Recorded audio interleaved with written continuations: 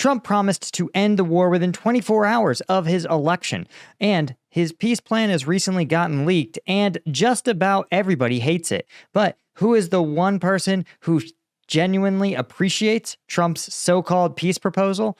And why is it dead on arrival? I'm Paul, U.S. Army combat veteran. Let's talk about it.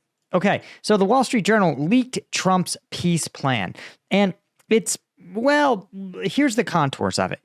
The plan talks about freezing the conflict along the current front line and creating an 800-mile long demilitarized zone. And while initially the plan said it was unclear who would secure or supervise this demilitarized zone, it was revealed later that it involved a combination of UK, German, and Polish forces who would be monitoring the demilitarized zone, but U.S. forces would not be included in the peacekeeping mission. The U.S. military is also not going to finance this role. Now, one quote, they said, "We can provide training and other support, but the gun barrel will be pointed at Europe. We are not sending the Americans to keep peace in Ukraine, and we will not pay for it. Let the Polish people, Germans, British, and French do it." This is according to the Trump team. Now, the United States also said it plans to supply Ukraine with weapons to deter a future Russian attack. And the plan involves, again, Russia occupying about 25% of Ukraine's current territory. Now, this is sort of annoying because it manages, we're going to break that down, right? There's also, of course, the plan by Keith Kellogg and Frederick Fleitz, which appears to, again, be someone who hasn't ever really done negotiations, because this was the plan to stop arms deliveries to Kiev until Ukraine agrees to peace talks with Russia, which, of course, is nonsense, because then Putin has every incentive to not hold peace talks or to introduce insane conditions for peace talks, thereby stopping the arms deliveries to Kiev. So again, this is something that most children would learn in the course of like trading cards in elementary school, where if you say, well, I won't give you the card until you sit down and negotiate with my friend, then your friend has every reason to never negotiate, right? Now, we're going to talk a little bit about why exactly this plan is such a non-starter and what a more viable plan might look like. But first, I want to mention that you guys know we've partnered with Ukraine Aid Ops, a U.S.-registered 501c3 charity, to support Ukrainian units fighting on the front lines. And we are rolling out a campaign to get the top-tier multi-frequency drone jammers to these units. You guys know that now drones have become frequency hopping, where they don't just operate on one frequency the way, say, your favorite radio station does. They bounce around, meaning they're harder to jam than ever, and they require a multi-frequency jammer. So we are trying to get as many of these jammers, or REBs as they're called in Ukrainian, to these units. And so our campaign goal is to raise 40 multi-frequency jammers. And best of all, Ukraine Aid Ops has an anonymous donor who has pledged to match up to the first $100,000 of donations. So if you guys want, of course, you can go donate. And best of all, of course, you might notice that, as always, the units you support are providing those key donors with patches. $250 will get you the patch from the 25th, and $500 gets you both of the 13th and the 25th Brigade. So this is huge. You guys know, and if you've been on UAO's website or YouTube channel or Instagram, you know that literally within days of delivery, units are like, thank you. The drones literally are already saving lives. In fact, there was one video that UAO dropped a few weeks ago, that it was a unit who was filming a thank you video in their positions. They're like, wow, guys, we love these drones. And while filming it, they got a Russian drone came overhead, and they literally had to activate the jammer in front of them, bricking the drone and saving their lives. So again, this is a really good campaign. The link is in the description. You should absolutely do it. Now, let's talk about why this plan is a non-starter. Zelensky, right? Zelensky, it was like, no, dude, this isn't the plan we're going to do. And this is, something that, again, I'm sort of surprised, given that Trump already was in the Oval Office and dealt with world leaders in international negotiations like this, that he even understood this, right? He's getting a crash course on why these wars can become so intractable, right? Zelensky said simply that Donald Trump's deal would be a loss for Ukraine.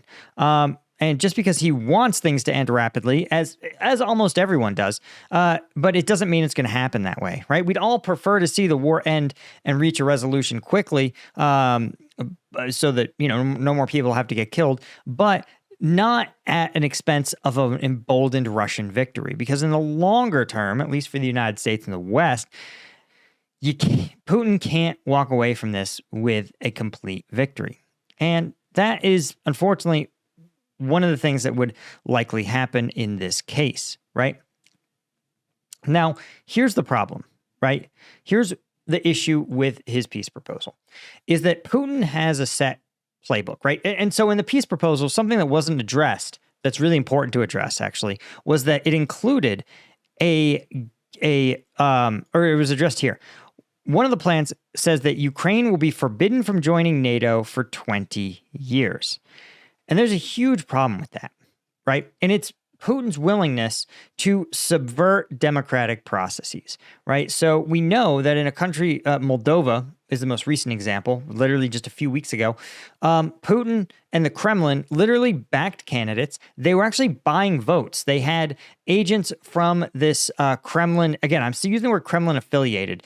The candidate running in Moldova was a sitting member of Russian parliament. That is how Kremlin-backed this guy was. They would be the equivalent of Nancy Pelosi trying to go run to succeed Xi Jinping in China. That's how brazen this is. And so Putin runs his stooge as a candidate, but then he also uses this candidate's made-up political party to funnel something to the tune of hundreds of millions of dollars to bribe Moldovans to vote for this candidate, right? And for context, Moldova has like 3 million people. It's the equivalent of like a couple boroughs of New York. So imagine $100 million bribing New Yorkers to vote for, again, like a member of like the Chinese Communist Party. Okay, so that's the Putin playbook. The playbook is subverting elections in order to install his lackeys. That's really what the state of Ukraine was before this. Ukraine was not a part, right after the fall of the Soviet Union, in the 2000s when Putin kind of took over things, he installed his lackey Lukashenko as the government's head of state. And that meant that Ukraine was effectively subordinate to Russia. Well, the problem is that eventually the Ukrainians grew tired of dealing with this Putinist stooge. And as a result, they kicked him out in a revolution. And once he was kicked out of the country, that's when Putin invaded Crimea. Now, so you're seeing how this could play out in reverse, right? Putin's going to interpret NATO saying Ukraine can't join for 20 years. And he's going to say, okay, now I have 20 years to not just rearm my military and resume hostilities, but he would also have a free pass to subvert the Ukrainian government and install his own lackeys in there, right? And remember, NATO's not going to have an electoral role in this, right? While NATO democracies, Putin generally won't be so brazen with NATO democracies because they're seen as being under the US's umbrella, right? And Putin doesn't want that smoke. I don't know how else to put it. NATO is too big for him to beat. Remember, the Russian military is currently toe-to-toe, deadlocked for years against a Ukrainian army armed with NATO spare parts. Okay? So Putin really doesn't want to mess with the proper NATO. So by taking NATO membership off the table, it says Ukraine is going to be alone on the international stage. And remember, again, Putin, who is willing to annex 2 parts of Ukraine already, right? In the Donbas and Crimea.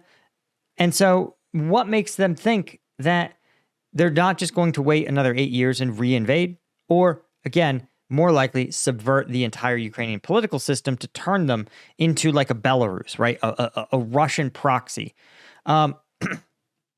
So that's the chief reason I think this is a non-starter plan. There's also a bunch of logistical hurdles that Trump hasn't thought about. Ukraine's territory isn't really his to give away. And it's not even Zelensky's to give away. Zelensky has said that if Ukrainian territory were to be ceded, something that he acknowledged is possible, but it would only have to be done by a referendum to the Ukrainian population. And that's tough to do for a bunch of reasons, right? So what would have to happen now, they're not radically far off from, I think, kind of the reality of the battlefield. And one is that it's unlikely that Russia is going to get really significantly rolled back. But what I think Russia would be willing to more accept was to say, listen, Russia's goal was always Donetsk and Luhansk provinces. So to sit there and say, listen, Ukraine will recognize or will relinquish a claim on those two oblasts, right? And possibly Crimea. Crimea is a little more valuable. But they say, listen, Ukraine's going to say, fine, you can get these two things. These two, will relinquish our claims on them. If Putin wants to make them into like Belarus, like proxy, like their own independent republics that aren't really independent republics, so be it, right? And then you say, okay, maybe we recognize that Crimea is Russian, right? But they say Ukraine becomes an instant NATO member, right? So then the remainder of Ukraine achieves NATO-level protections. Putin and Russia, first off, Putin was never surrounded by NATO, right? When people go, Russia's surrounded by NATO, my brother in Christ, Kyrgyzstan is not a NATO country. Uzbekistan, not a NATO country. Turkmenistan, not a NATO country. Mongolia, not a NATO country. China, not a NATO country. Russia's 80%, 90% of the Russian border is in no way connected to NATO. So one, throw that argument out. But if Putin needs to save face and say, oh, look, I've driven NATO back.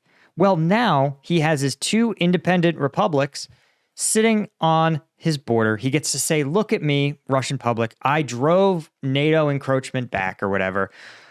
And then the remainder of Ukraine gets the security of being a full NATO partner, meaning that they don't need a demilitarized zone. Not only is this superior to the Trump plan because it gives NATO, or it gives Ukraine greater autonomy, and it gives Putin a way to, at least in his perception, walk away from the war with something that feels to him like a victory.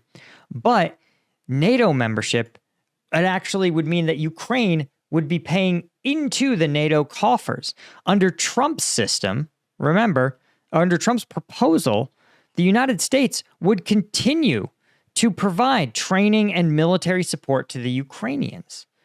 So instead, under this peace plan, under the Paul peace plan, right, NATO gets its coffers topped up by the Ukrainians, right? And under the Trump plan, the U.S. shells out a bunch of money. So do a bunch of other NATO partners. And, oh yeah, Ukraine isn't happy with it. Nobody's happy with it. So I'm surprised this is a total non-starter, right? Again, getting to you know, it's kind of fascinating that I don't really see why my version of the peace plan is so no one's proposed it, because it seems so fucking obvious, right? And again, as long as, to me, the Putin needs to mostly lose, right? Because there needs to be a message to autocrats around the world that this type of war of aggression cannot and is not accepted by anybody. But it remains to be seen if what the Trump administration is going to do when they run headfirst into the real politique of the international community. Because again, Trump's proposal happens to demand huge policy shifts from independent countries like Germany and France and Poland, all of which would likely need something more because they're the ones who are in the crosshairs of Russian aggression. Anyway, that's all I had, guys. Hit that subscribe button. Thanks to folks like Bill Collier, Robert Colburn, Gaius Marnie, Gina Quester, Chris Gorsuch, Francis Carius, AL90, Petra Toru, all Lieutenant Tier members. Couldn't do it without you guys. See you in the next one. Cheers.